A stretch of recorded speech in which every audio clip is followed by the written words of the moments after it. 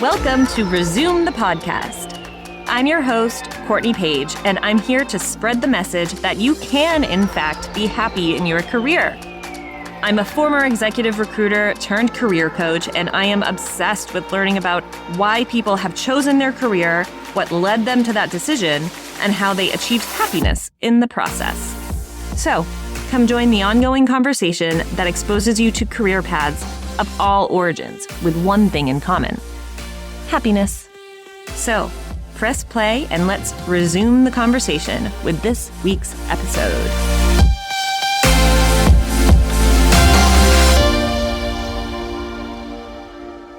Welcome to Resume. Today's guest is a game changer for millennials tired of running on a never-ending financial treadmill. Her name is Annie Margarita Yang, and not only is she a money-saving guru with over 1 million YouTube views, but she's also written Amazon bestsellers like The 5-Day Job Search and 1,001 Ways to Save Money. Sounds like something we could all benefit from. She's not a Gen Xer or from an earlier generation. She's a millennial who understands how the crazy job market works and how keeping a positive bank account status is key right now. So she gets it. The delayed dreams, the struggles, the hunger for escape. But here's the thing. Annie doesn't just talk the talk, she walks the walk. And that's why I'm excited to have her here for her to share some of the systems that she's created to make financial freedom feel more like an achievable goal as opposed to an unrealistic dream. So if you're a millennial or really anyone who's overwhelmed by your student loan debts, finding a better job, or how you're going to pay your bills, Annie's latest book has all the tips you need. And if you're a Gen Z and want to avoid the horrible place that millennials have found themselves in with crushing debt, you really don't want to miss this. So let's get into it. But before we start, Annie, thank you for coming on. Courtney, thanks for having me. Yeah. It's so funny. So this has nothing to do with anything that I just mentioned, but I have a lifelong obsession with like names and especially middle names, which is like very 7th grade of me, I realize. But can you like tell me a little bit about, so you're Chinese American, correct? Right. Okay, cool. So can you tell me a little bit about your middle name? Because Margarita doesn't sound like, I don't know. I was just like, that's such like an interesting middle name. Yeah. So I was actually supposed to be born Annie Margaret Yang. Okay. So that sounds better, right? How many people have Margarita as their middle name? Usually it's Margaret. I was supposed to be Annie Margaret Yang. But my parents are Chinese, so they cannot write. And they asked the person, some Hispanic guy who was helping out with the birth certificate, "Oh, can you put Margaret for the middle name?" He's like, "Yeah, don't worry. I know how to spell that." And he wrote Margarita on the birth certificate. That's so funny. And only after it came back, my parents were like, "Wait, Annie Margarita Yang? That's wrong, but okay, we'll keep it. It sounds nice." So then my sister, who was born 6 years later, she's Jenny Margaret Yang. Okay. So they got it right for her. She got the middle name that I was supposed to get. Well, yeah, because I was like, Margarita, like it sounds like it could be Hispanic or something, and I was like, maybe she's, half and half or something like that. And then I was reading about you and we were talking and I was like, oh, that's so interesting. Like, I wonder where it came from. First one to ask me that question. That's so funny. Well, and also because, so you're Boston based, right? That's right. Yeah. And so I'm from Boston and I grew up there. I don't have an accent or anything, but I will say MAR words are the only ones that I have like whatever hangover Boston issue with it. So like whenever I order a margarita like out, my friends are all like a margarita. And I'm like, it's the only word. And I love that it's your middle name too. Like, it's just funny.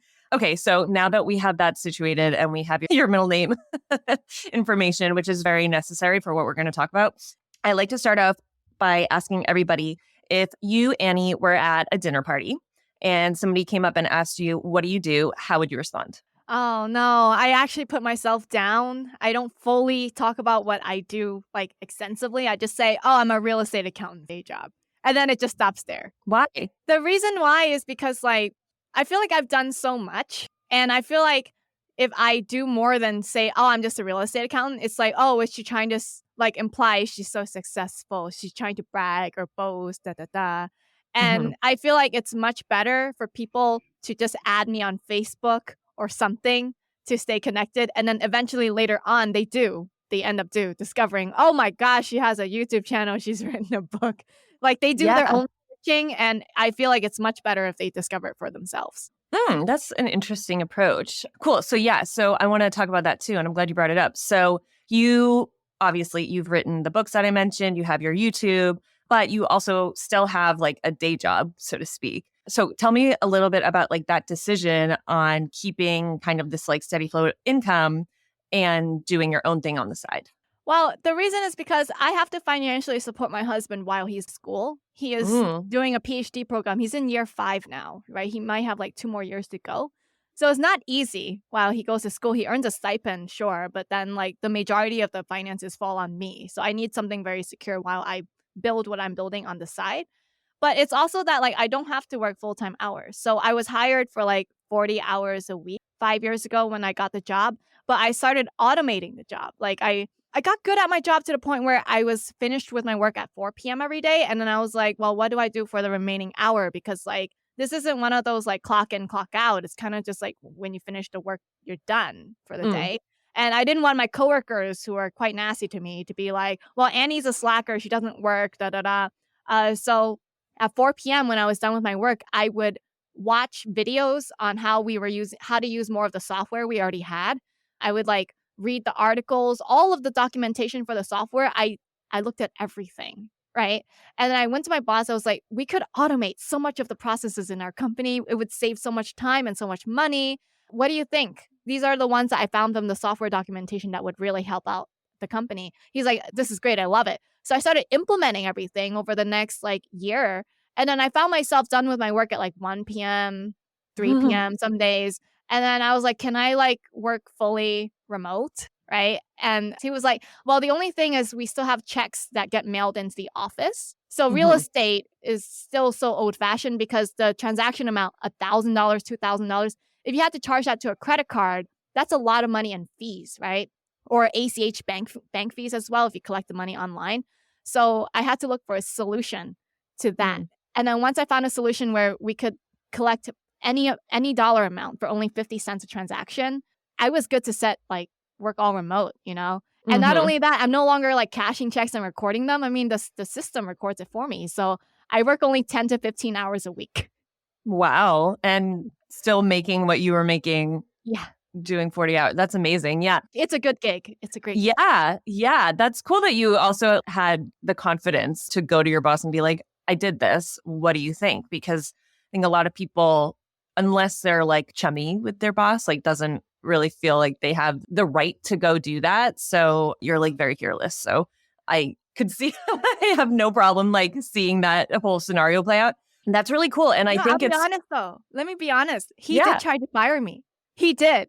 Like when I asked to go fully remote and I was like, while I go fully remote, I'm going to build my own company on the side as well with the free time that I have. I was honest with him. He tried to like replace me. He was like, yeah, okay, it's okay. But actually, he put a job listing up for my title. And of course, I see all of the bills for the company. You cannot hide anything from me. I'm the accountant. I saw an Indeed charge on the credit card. I saw a ZipRecruiter charge. I was like, what's this? I mean, like, I didn't know we were hiring, right? So I logged into ZipRecruiter and there I see he has a listing for my job. I didn't say anything to him, but like 3 weeks goes by, a month goes by, and then he was the one who brought it up in the meeting. He's like, I tried to replace you. I was like, I know. I saw. Yeah. And then he was like, well, I just wanted to know what was out there. What are other applicants like? It doesn't hurt to find out just in case what would happen if you left. What would be the quality of the candidates and stuff? I was like, Yeah. really? Really? He's like, no, I'll be very honest. I did try to hire someone new, but I didn't like any of the applicants as much as I liked you. Oh, well, I mean, I could see where his head was at. Probably like she's going to leave, like she's trying to leave, right? Like she's trying to make like an exit strategy, But so I could see both sides, but I'm glad that he kept you. I'm glad to. That's so funny. Okay. So what did you want to be when you were a kid? When I was a kid, I wanted to be an actress. Ever since I was 5, told my parents, I was like, I want to grow up to be rich and famous, just like this really famous Chinese actress back when I was a kid. Her name's like Vicky Zhao. I think she's like a self-made billionaire at this point. Yeah, because she came from nothing and then got so many acting back when it was like film was just a new thing in communist China. But my parents, they tried to kill that dream out of me. They were like, dreams are meant to stay dreams. And Whoa. Yeah. And people who are famous actresses, they had sex to get to where they are. And they were saying things like that. But at least what I'm doing today, I'm still in the public eye. I still get to enjoy some of that. So I was an actress like before, I did a lot of acting growing up and so much stuff. in Yeah. common. I know. Yeah. No, I was like always doing theater growing up. And in college, I think I actually started as a theater major. And then I was like, meh. And then I did it in New York for a while. But I mean, it's really hard to do as like your full-time thing. But one thing that I love about podcasting, and you're going around to like a million podcasts as guests and everything, it's super performative. Like there's so many skills from that. And it's just really cool. So I love that. And I also love that you hit up on like parental expectations, because that's something a lot of people deal with. Yeah. Her eyes just got really big. I know. I'm sure you went through it because you tried to pursue acting. So I'm sure I know. It's like anybody who tries to pursue anything that's just artistic, I guess. I'm a parent now, so I'm like, okay, yeah, I can see where the anxiety was coming from, and it's like, are you sure? Like, I don't know, like, like maybe it's just a phase. But yeah, definitely went through that. But how did you deal with that? I mean, did it cause you to reflect inwardly and be like, oh, maybe they're right. Maybe it's not a great idea. Maybe it is just a dream. Or how did that manifest in your actual like career path? Because you have a pretty unconventional career path. The way Chinese households work, my parents, maybe it's only my particular parents, but other people, Chinese people have told me I can relate to that.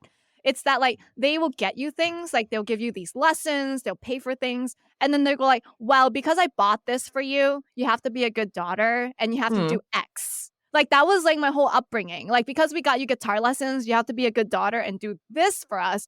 And then I was like, well, after you turn 18, I think that would translate to, because we pay for your college, you should go to X college. Or because we pay for your schooling, you should major in this and then become a doctor or something like that. So the way this manifested with also like telling me dreams are meant to stay dreams is I was like, yeah, no, I'm not taking any of your money. I don't want your money. I would rather earn a minimum wage right after high school and not go straight to college, because that student loan debt is just going to make me boomerang back home and have live under my parents and have them dictate my life.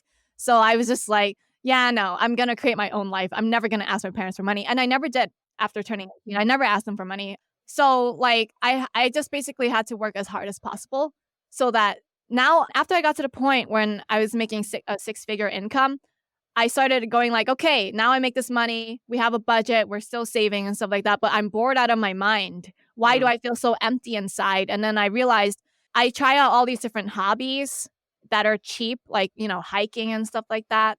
But then I enjoy it for a while and then I drop it. I enjoy a new thing and I drop it. I was like, why do I have trouble committing to like one thing?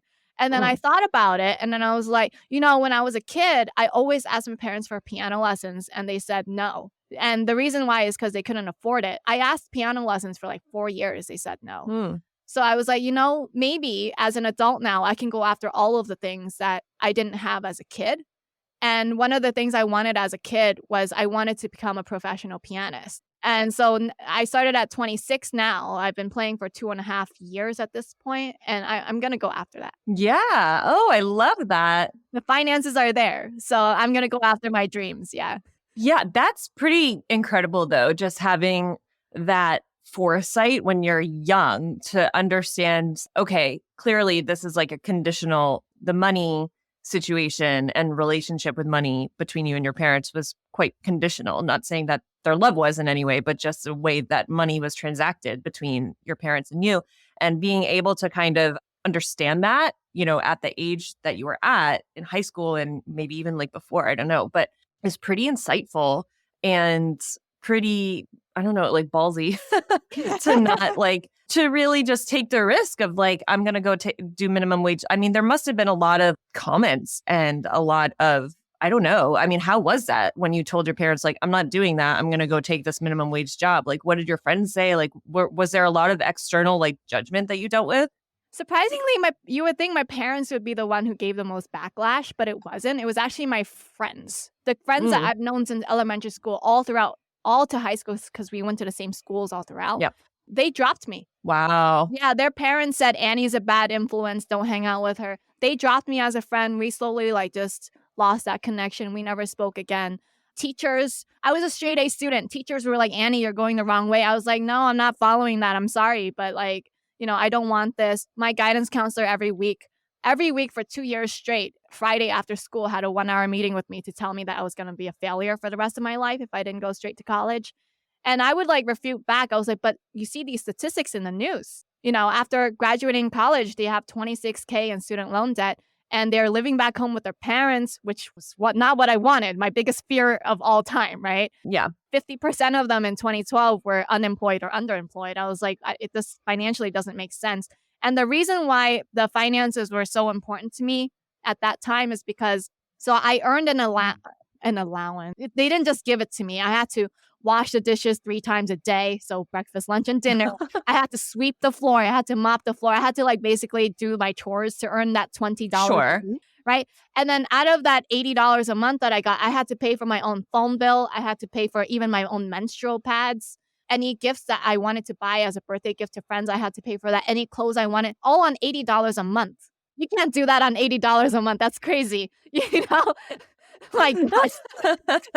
I was like, oh my gosh. It was insane. And it was also because I had a black boyfriend, brown. Okay, he's West Indian, so brown skin, right? But my parents didn't like that either. And so the moment they found out that when I was 14, I had a boyfriend, they took the cell phone away. But I still earned an allowance, right? So I took the allowance to buy my own cell phone and to pay for my own cell phone. So I kind of had to say, they can just take things away from me. But then if it's my own money, they cannot take it away. Yeah. That's so interesting because they really, whether or not they knew it, it sounds like they did know it, but they really, I don't know. I mean, having you work hard for, not that much really instilled this good relationship with money. I mean, really responsible relationship with money, and especially, that young. And yeah, I think what they did, I'm like, your parents were great. I think what they did, the time probably felt shitty, but seeing you now, this is what you talk about. You're an expert in this, and it clearly made such an impact on you, whether or not they wanted it to, in a good way, right? You have zero debt and you're doing all this stuff. You're making 6 figures, you're doing all the things, and you're in your 20s. It's amazing. And what really stood out to me is, well, first I wanted to know, what were the minimum wage jobs that you took when you graduated high school? Yeah, the first thing I did was I was a cashier at ShopRite. Nice. And then after that, my boyfriend at the time, he got me a job working for a massage parlor. But you're supposed to get paid at least minimum wage. And that guy paid me $120 for the week. And I was in there for 60 hours. So when you work that out, that's $3 an hour. And so that was less than minimum wage. I didn't understand minimum wage laws at the time. I thought it was better to get paid under the table and not pay income tax, without realizing when you're paid that little, you don't pay income tax. Right. I didn't know that. I wish I knew better. It's a learning curve for life. After that, I worked as a foot fetish model. I don't recommend that. That job paid $40 for 10 minutes. Wow. Yeah, but it's not worth the money. After that, I worked as a cashier again for another grocery store, then as a bookkeeper, $10 an hour for a hardware store. Then I went to community college, and then I went to online school. I got a bachelor's degree in communications. Coming out, I was working at Domino's Pizza for minimum wage again. And then after the Domino's job, I was working as a substitute. I had 5 jobs. Okay.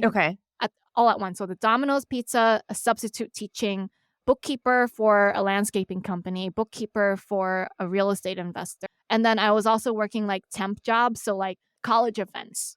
And whenever there was a baseball game or basketball game, I was the one scanning the tickets and checking people's bags. So you're busy. Yeah. You're hustling. Those are all of my minimum wage jobs. Yep. Yeah. Okay. So how did they influence your current skill set? Current skill set. I mean, I had to make it all work, Can you imagine working all of these minimum wage jobs and still being I don't want to ask my parents for money. I refuse to ask them for help. I never want to ask them for help. I'd rather die than ask them for help, That's how adamant and resistant I was. I got married when I was 21. So I've been married for 7 years now. So despite all these minimum wage jobs, I had to combine the finances with my husband, and we had to make that budget work. That Hmm. influenced me because like we really made our dollar stretch really far. When we got married, I was like, let's combine our finances. Let's work out a budget. You and I, we each get an allowance that we can spend on anything we want. It's really important that we save up for our move to Boston or like wherever he ends up for his PhD. I know the move across the country will be expensive, and then saving up for like first, last, and security and things like that. I mean, I was expecting we would need about $5,000 to $6,000 in 10 months on a minimum Yeah. wage. So I made a budget to set aside that much money in 10 months. And then when we got to Boston and we were like writing the check for that first month rent deposit, my husband turned to me. He's like, wait, we have the money? And then I was like, what do you mean we have the money? We've been saving for 10 months for this. Wait, how much money do we have? And then I was like, we have like $6,000. And then he was like, if I had known we had that much money, I would have asked us to eat out more often. I was like, but the whole reason why we have this much money. You're missing the point. Yeah, the entire reason why we have this much money is because we ate out less We ate at home. Right. That's so funny. Oh my God. God. What is he in school for? Anthropology. So Okay. what's he going to do with that? I don't know. Teach. Maybe. I don't know. Or you'll have some cool like Indiana Jones adventures. So you come to Boston from where? You were in California? We were in Texas. In Texas. Okay. Okay. So why did you choose? So you went over this, but why did you choose community college as opposed to like an online 4-year university or something like that? Or even just like a conventional university after you did all the minimum wage jobs and kind of figured out where you wanted to go? Oh, yeah. That was because when I was working at that hardware store at the time, before I quit that job, this old lady, she was in her 70s, Korean. She just walked into the store to buy some kitchen cabinets for a renovation for like a real estate property that she owned. And then I wasn't even talking to her. I was playing with her dog. I thought her dog didn't even say hi to her. And then she just walks up to me and she says, young lady, you're really smart. You're talented. You're capable. I want to give you a job. And then I was like, who, me? A job? And then I was like, I don't know what this is. I didn't even talk to you. How do you know I'm smart and capable? How do you see so much in me? And then so I went to her office at a later date. And then she's like, where's your resume? I was like, what resume? I thought you're gonna give me a job. I need a resume. I mean, and then she's like, you don't have a resume? Write one here on the spot. And she gave me a piece of paper that she ripped out and said, write one right here. Stop it. Oh my God. And then I hand wrote it. And I just put that I graduated from only high school. She's like, you're not in college? You didn't finish college? And then I was like, no, I didn't even go, And then she shared with me that she was a self-made millionaire. She's originally from Korea, orphaned at 12 years old, got married and moved to the United States with some American, right? And then had kids. Okay. They got divorced. So she had to take care of 3 kids. And then she ended up starting like a real estate brokerage. She bought up a whole bunch of properties in Park Slope, which is very expensive today, right? Yeah. Yeah. So she's a self-made millionaire. There it is. And then I was like, wow, I want to take advice from people who are successful. And she told me to go to community college. So right away, the next day I applied. Of course, you get in because they take anybody. And then I found out that because I earned so little money that I can get a Pell Grant and the New York TAP Grant, and it paid for the entire tuition. Not only did it do that, Wow. whatever money I had left over from the grant was direct deposited into my bank account. Wow. Yeah. Oh my God. She was like some like fairy godmother. Yeah. She came at just the right time in my life. I would say I was very fortunate to meet her, and she's still a part of my life. She's more like the grandmother I never had. Really? Oh Yeah. my God. That's amazing. Wow. That is I love those kinds of stories. Oh my gosh. Like real life, just storybook shit. So good. So good. Okay. So you go into what community college, just out of curiosity? Kingsborough. Okay. What did you end up studying? You said communications, right? Yeah. I studied Okay. communications for both the community college and because I Okay. wanted to get out quick. Yeah. Okay. Yeah. What does that mean? Like if I wanted to get like a finance degree or an accounting degree, that would require a lot more studying. And all I wanted was the piece of paper. I wanted to like Mhm. just be able to tick the box. I said, here you go. Here's a piece of paper. I graduated from college, right? Because I was reading in the news a lot also that a lot of people don't even work in their major. Oh, for sure. Yeah. Yeah. If it's common that people don't even work in their major and these days it's just to tick that box. I got the degree. I was like, why don't I just do whatever is easy? So that was my mind. I love that. It's so true though. I mean, like, oh my, I should have the stats on this, but I don't. I could look it up. But yeah, like the amount of people who actually work in their undergrad major is like, it's so low. I mean, it's so low, which is why a lot of people say like, A, you just like, you need a master's now, which I don't totally agree with. But B, if you are going to go into like a conventional 4-year college, just study what you like. Either study what you like or study something that will be useful, right? Or as you did, like just study something that's easy and that you can kind of like just tick the box, because it is kind of about that to some degree, right? I mean, it sounds like bad to say, but it kind of is. And that kind of sucks because I think given the amount of money that is thrown at it, it should be worth a lot more. But you're so right. So I mean, communications makes sense now because you're in front of a mic and you have your head, you're on a podcast. Tell me about like accounting. So okay, you are clearly interested in the job market and finances and salary and all of that. Why? Like, obviously you grew up with this financial seed that was planted by your parents, whether or not they knew that they were doing that. But it really kind of stuck with you through adulthood and into adulthood. So what is it about, I think you said, or I was reading, or we were talking that you landed 3 accounting jobs in a row. Why did you keep going into bookkeeping and accounting? That fell on my lap. It wasn't intentional. The bookkeeping job that I first got for the hardware store right after the cashiering job, what happened was I quit that cashiering job with nothing lined up. I just gave my 2 weeks notice. I was like, I'm so sick of my coworkers calling in sick all the time. And then my boss would go like, can you please cover for this person's shift? It was like at least once a week. So I was like, yeah, I don't stand people walking on my boundaries. I'm going to quit. I freaking love you. Oh my God, you're amazing. You're such a strong will. No, because when you have savings, when you're good with your money and you have an emergency fund, you're kind of just like, yeah, you don't want to respect me, or like, it's not a good fit for me. It's okay. I can just live off my savings while I look for something else, So that was my mindset. That's always been my mindset because I have the money. So I was like, okay, maybe I'll just work at another grocery store. So I went into Seatown supermarkets.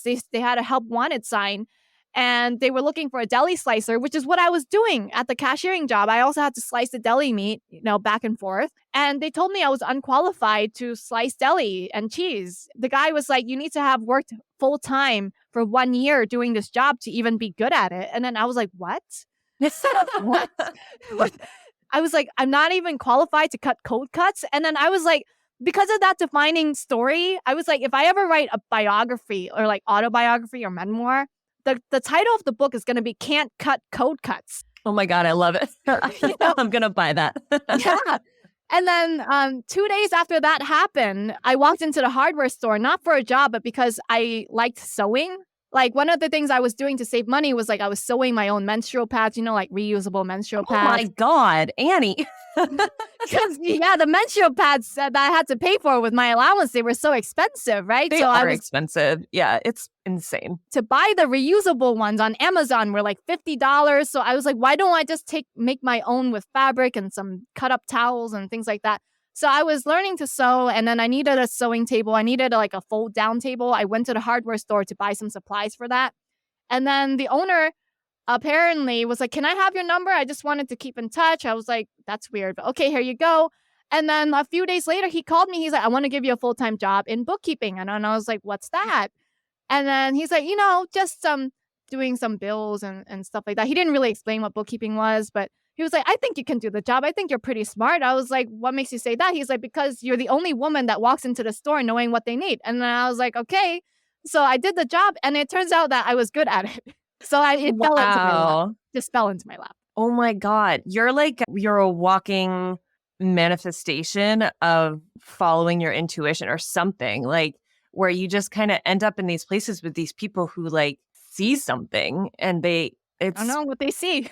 Wow. No, I mean, you're very charismatic just as like you just emit a lot of like positive energy, and they obviously pick up on that. It's like really cool. And I also love that just by the reason you went into the hardware store to begin with was just solely because part of being like a woman, like you were a woman, you needed to make freaking homemade pads. And so you went into a hardware store. Like those two, like that intersection is hilarious and amazing. And wow. Okay. So that's so crazy. So then you learned bookkeeping and you kind of kept on going with that. So, okay. Obviously, like you wrote an entire book about this, but in short, what is it that like kind of helped you get all these job offers within 5 days other than just like having them land in your lap? I'm just thinking if somebody did that for me, I'm like a very skeptical person. So I think I would get like freaked out. So I guess the question is, A, what happened with your like spidey sense that you were like, this is actually okay? And also, for the other jobs that, went through the application process for and whatnot, how did you get that turnaround so quickly? I was like, well, if I'm just going to get this college degree to tick the box, right? That's what it is. I'm not going to stand out. I'm just going to be like someone just like in this whole sea of other people and no one's going to notice me. So when I was actually going to community college, this was already a concern back then. People were already telling me who were older than me and already in the workforce were like, Annie, are you sure about this? And then I was like, yeah, I'm sure. I'm going to get an online degree in communications and nobody's going to care about my degree. But then they were like, we're concerned because how are you going to get a job after? And then I was like, yeah, that's true. How am I going to stand out? So I was already back then trying to think of solutions. One of the things you get as an advice over and over again is you have to network. I was like, okay, I don't know how to network, but let me go on meetup.com to find events that I can go to. Maybe I can meet new people that way in New York. And then I came across this small business expo. It was free. So I went.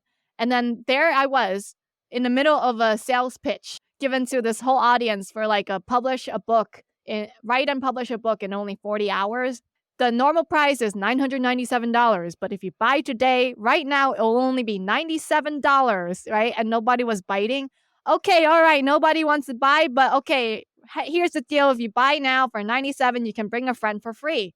So I turned to the person next to me. I was like, are you interested? She's like, yeah.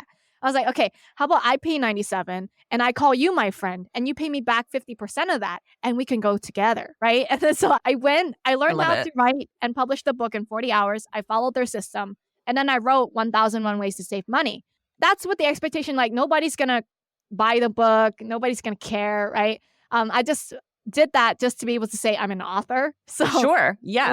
Right under the degree, I put author of 1001 Ways to Save Money, and that's what got me the calls. There it is. Just, oh my God, that's so genius. Yeah, that is so crazy. So how did that book do, by the way? It did terribly in the first 2 years. So I published it in 2017. And I already knew this. I had very low expectations for the book because when I took the workshop, they were already saying in the first hour of the workshop, guys, nobody makes money selling books. They make money from the opportunities of being able to call yourself an author. So let me just get this to you straight. 99% of authors don't even sell 2,000 copies of their book. Wow. So those like best-selling books that you see, they're not even 1% of the market. They're like 1% of the 1% that sell millions. So if you can even sell like 2,000 copies of your book, you're like at the top, right? So don't even expect to sell anything. So I had no expectations and therefore I had like no sales from 2017 to 2019. 2019 was a year I moved to Boston, actually. So that's why when I put it on the resume, I knew it was just like a marketing gimmick kind of thing that was getting me the calls. And then in the interviews, they were like, is this a real book? And then I responded with the question, well, what's your definition of a real book? And then they were like, can I buy a paperback copy on Amazon? I was like, yeah, you can buy a paperback copy on Amazon. It's a real book. But the same year, when I finally got an accounting job that year when I moved to Boston and we started making more money, I was like, wow, this is great. We're making more money. We can keep the same lifestyle, set aside some money, but why don't I take some of this money to buy some equipment to start making YouTube videos, do things I've always wanted to do, but didn't have the money to do. So then I started, the YouTube channel took off. And at the end of every video, I said, if you want to support this channel, buy a copy of 1001 Ways to Save Money. And I have sold 2,000 copies of the book. Whoa, that's amazing. Congrats. That's Thank so you. cool. So, okay, yeah, I wanted to talk to you about YouTube. So I guess like what year was this? I started YouTube in 2019. Oh, 2019. You just said that. Yeah. Okay. So why YouTube? I always wanted to make YouTube videos. Like ever since I was a teenager, I always looked up to people like Michelle Phan and Kev Jumba and like Happy Slip. And I was like, I wish I could be doing that, but I never had the courage. I always said, well, I don't have the right camera, I don't have the right microphone, I don't have what it takes. I also felt like I don't have the looks to be able to be a YouTuber for some reason. Lots of self-doubt, right? Yeah, just lots of reasons to never start, even though I always wanted to. Until one day, my husband was watching this video from this like very famous YouTuber, Asian, right? And then he was like, oh my gosh, she's so hot. And then I was like, what? And then I watched the video. She's talking about student loan debt. She says she owes like 100K in student loan debt, and she's like crying, like, I don't know how I'm gonna pay this off. But then like halfway through the video, she reveals that she earned 10 to 12 grand a month doing YouTube, like as an influencer. She was making 10 to 12 grand a month, but she doesn't know how to pay off her student loan debt. I was like, if I made 10 to 12 grand a month and I lived like what we lived, on minimum wage, I would pay off those loans. And, I wouldn't take 10 years, 20 years to pay off that debt, but she was crying about it. And then I was like, what? And then I was reading the comments and people were like, oh my gosh, you're so hot. And then like, they're also like, oh, we get you. Student loans are so hard. And then I was like, this is ridiculous. You can pay this off quickly. And she was like, she's one of those millennials that are pushing the narrative that like, oh, millennials can't get ahead, when it's quite clear she can get ahead. Yeah. If she lived on a budget, she can get ahead. And I was pissed with this narrative that keeps getting spread on the internet about millennials can't get ahead. And so that got me off my butt to make my first video. Okay. I couldn't stand it. Yeah. Well, what was your first video about? How to save money on a low income, because like I then after her, I was watching videos like, this channel is really popular, so I'm going to get some hate. The Financial Diet by Chelsea Fagan. Okay. Right? She's making like so many videos like, this is how you save money and stop living paycheck to paycheck. But she was saying things like, well, stop buying flowers to decorate your home. Quit buying those scented candles, Don't drink the Starbucks coffee. And then I was like, I have never bought Starbucks coffee. I have never bought flowers or scented candles in my life. This advice isn't going to help someone like me or the vast majority of Americans who don't even do that earn stuff. what she's earning, right? Yeah. So I was like, I don't understand, why is she so popular? Why are people flocking to her? And that pissed me off. It annoyed me. Yeah. And so you were like, I'm just going to do this my own way. Yeah, I'm just going to make videos on how people on a low income can do it. Yeah.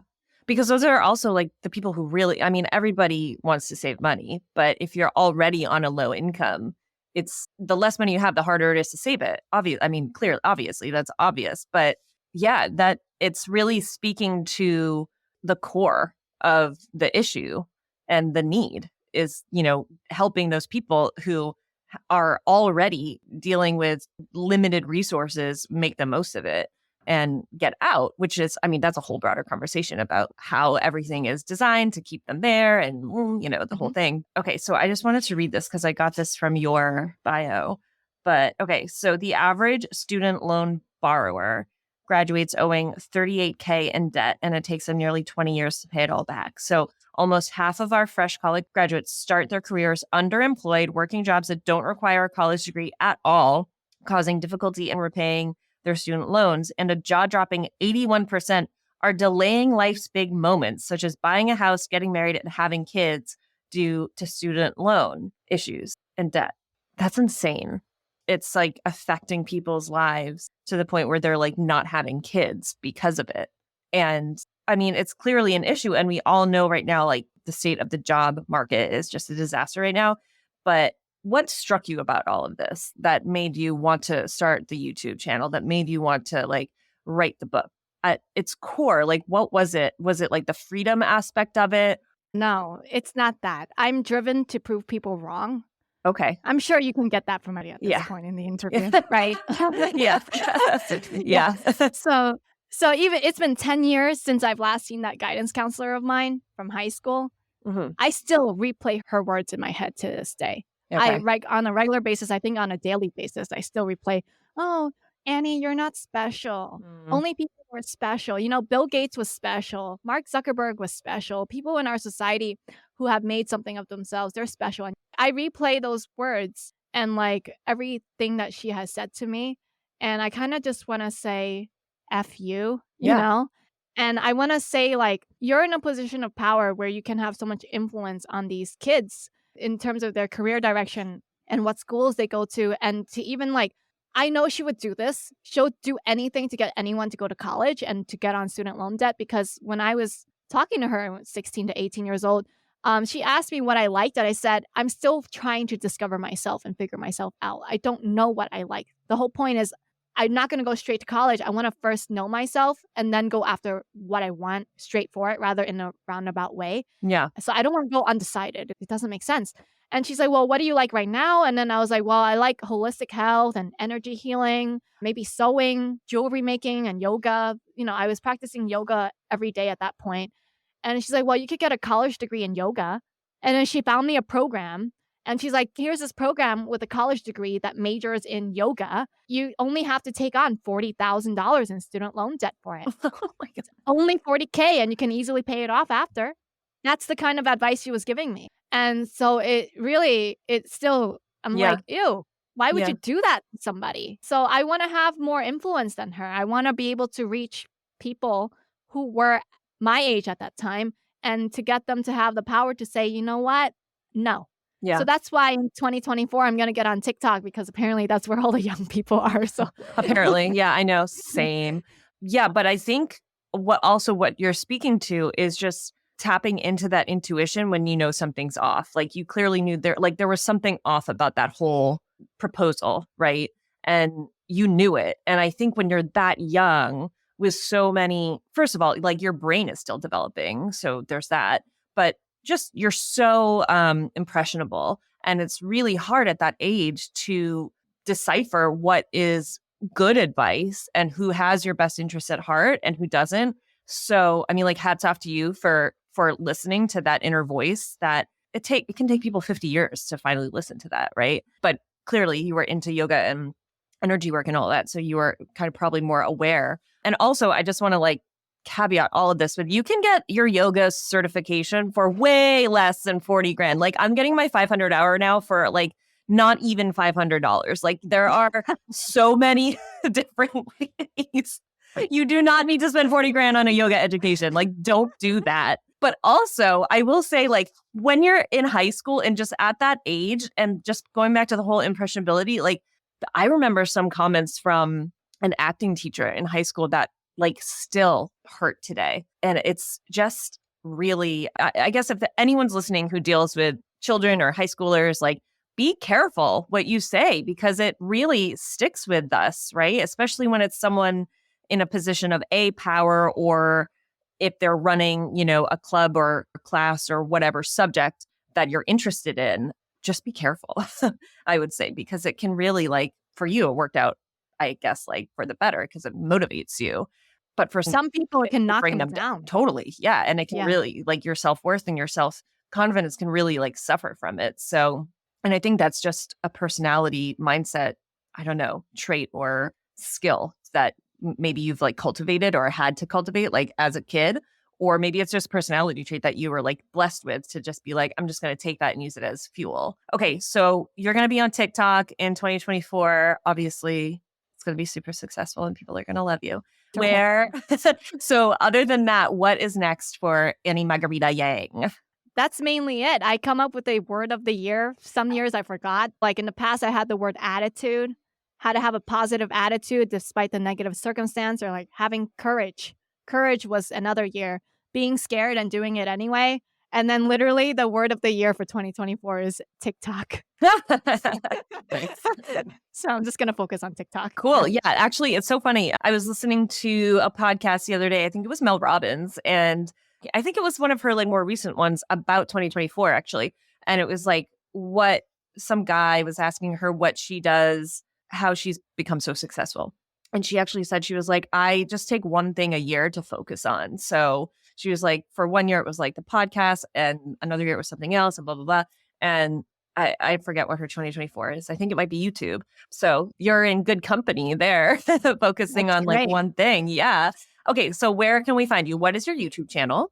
YouTube channel is Annie Margarita Yang. Okay. And we will obviously include all of this stuff in the show notes. And do you have a TikTok handle yet? Yeah, TikTok handle is Annie Yang Financial. Really, I'm getting censored, actually. Censored, shadow banned across platforms because of this. What does shadow banned mean? It means like you can post, but people can't find. Like, why are they doing that? I'm like borderline controversial. You know, like whatever I'm talking about right now about the student loans that I've been talking about throughout this entire interview is not necessarily popular, even though the majority of adults would kind of be like, yeah, she has a point, right? But colleges, universities, I mean, they're not going to like what I'm talking about. The mainstream media doesn't like what I'm talking about because I'm telling people don't go take on these student loan debt. Or if you do, work hard and earn and get a high pay increase to pay it off quickly, right? And that goes against Biden's student loan forgiveness plan. I'm not telling people to keep their loans for 25 years just for them to be forgiven. I'm saying go out and make more money. I think you can do that and move on with your life, right? So it goes against that. And so I get shadow banned. Wow. How do you deal with that? Like, what do you do? Well, right now I'm going to go actually in person to give talks at colleges and universities and different like trade schools and stuff like that to reach people directly and to get them in my mailing list. So best way to get on my mailing list is actually to head over to AnnieYangFinancial.com. And right now, the only way to sign up is to get the free audiobook. So at the top, it says audiobook, and then put in your name and your email address to get the free audio. Cool. So we're going to keep all of that stuff. We're going to put all of that stuff in the show notes. And Annie, is there anything else that we didn't talk about that you want to talk about? Oh, no, you were amazing. Absolutely amazing interview. Thank you so much, Courtney. Thank you. You're an amazing guest. I'm still like, I'm going to be thinking about the old Korean self-made millionaire for a long time. Like that. I just love that. It's so great. Thank you so much for tuning in to this week's episode. I'm so grateful for your precious time and energy. And if anything resonated with you, please feel free to share with a friend and subscribe. If you're interested in career coaching, I would love to hear from you. Email me at Courtney@resume-careers.com and follow me on Instagram at Courtney Austin Page. Thank you so much and see you next week.